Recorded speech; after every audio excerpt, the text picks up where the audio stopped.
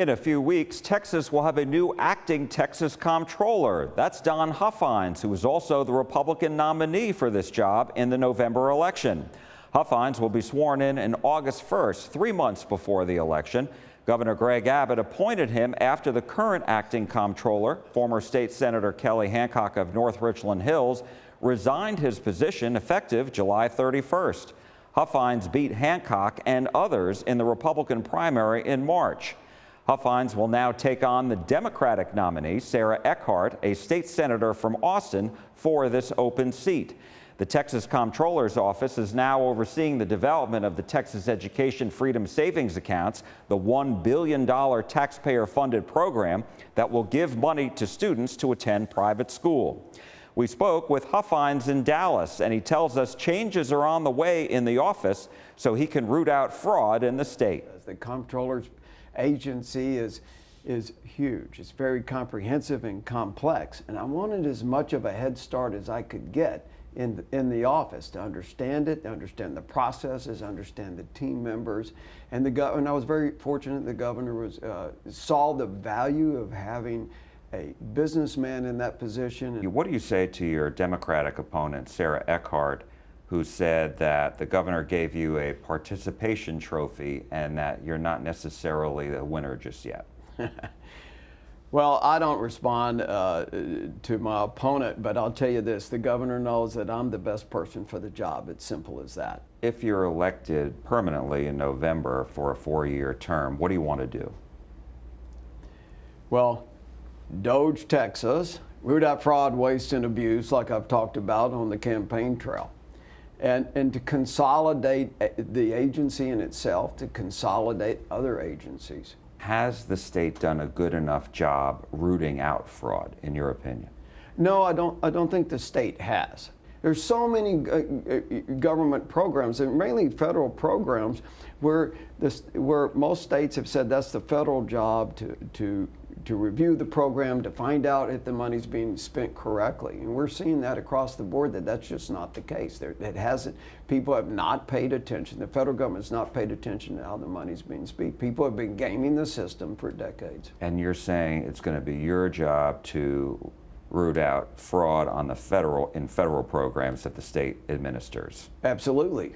It's our income tax money. It's all of our money, and the state money. And the state level also, but also the local level. I'm going to be rooting out and investigating local governments also. Do you have the staff for that there to do all that? Well, we're working on that. It's a process. I'm going to be doing a lot of shifting with my team. I have over 600 auditors down there, Jack, and we're going to be increasing that staff. I'm shifting a lot of my auditors over to auditing government. From? Auditing businesses currently for revenue. Should that raise a concern as well? Because you talked about fraud, you also want to make sure that companies aren't defrauding the government either, right? Of course. Yeah, it's a real delicate balance. It really is. If you owe your tax, we want to make sure you're paying that tax. So yes, of course. Today, on the day you and I are speaking, the Texas Comptroller's office is set to release their first numbers of how many Texas students are actually going to be taking part in the Texas Education Freedom Accounts, the taxpayer-funded accounts that allow students to attend private school. How are you going to define success? I'm a big champion of it, and because I really believe the competition is what's going to make our government schools the best they can be. And I did get a briefing on it. And my goal is to make the program as robust as possible. But the most important thing about it, Jack, is to make sure that everyone knows about the program. And right now, that hasn't been the case. Huffines said he wants to boost marketing for that program next year. We also spoke with Democrat Sarah Eckhart, who opposes the taxpayer-funded school choice program, calling it a voucher scheme. We asked her about her opponent being appointed to the position 3 months before the election. It is startling, frankly, that this close to the election, someone would be installed who actually received less votes than I did in the primary. And also, we really need to we need to respect the will of the voters here.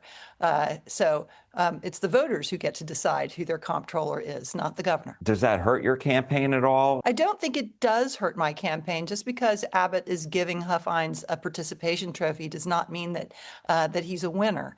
And I think it does give the electorate the opportunity to see who this guy actually is. You also brought up the fact that Huffines wants to doge the state of Texas. When you hear that, what does that say to you? Well, doging should leave a bad taste in people's mouth after our experience at the federal level. It did not root out corruption and it did not reduce cost. It created chaos in federal government and seriously curtailed the ability of the federal government to actually serve the people of the United States. And doging state government would do the same, but worse, because I believe we are 45th among all of the states in our investment in actual Texans. We spend less on Texans than almost any other state in the union.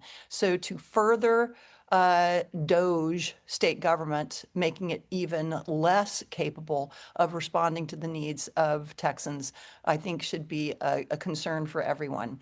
He's also expressed a desire to embrace AI, replacing comptroller employees with AI, and also turning the auditing function of the comptroller's office away from tax cheats and onto government itself. We already have pretty significant oversight inside Texas state government, and I'm very appreciative of that. We should have robust oversight, and the comptroller's office is absolutely part of that. But we cannot expect a comptroller who's been appointed by the governor to actually look at corruption inside state government. He's not going to bite the hand that pats him on the head and tells him he's special. What do you want to do with the office if you are elected? If I'm elected, when I'm elected, we will do a robust and honest audit of the voucher scheme, showing who benefits most, least, and not at all from this program. We're about to get statistics out of the comptroller's office as required by the law at the end of July, at the beginning of August. It's important to take a robust look at that because it could be and probably will become a runaway subsidy, much as we've seen the runaway subsidy on the data centers. Both Eckhart and Huffines told me they support eliminating the state's sales tax incentives for data center developers.